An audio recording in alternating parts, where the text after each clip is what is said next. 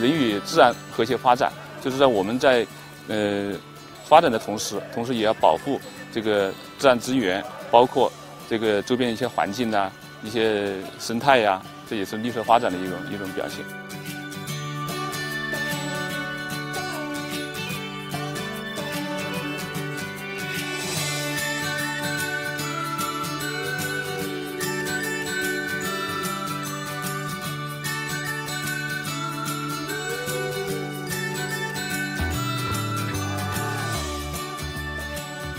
Pakistan and China are committed to a clean and green vision of CPEC. This vision is being translated into reality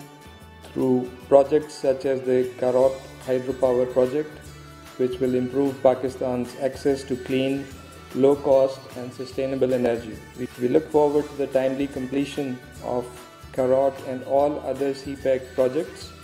demonstrating the abiding commitment of Pakistan and China to realizing the full potential of this transformative undertaking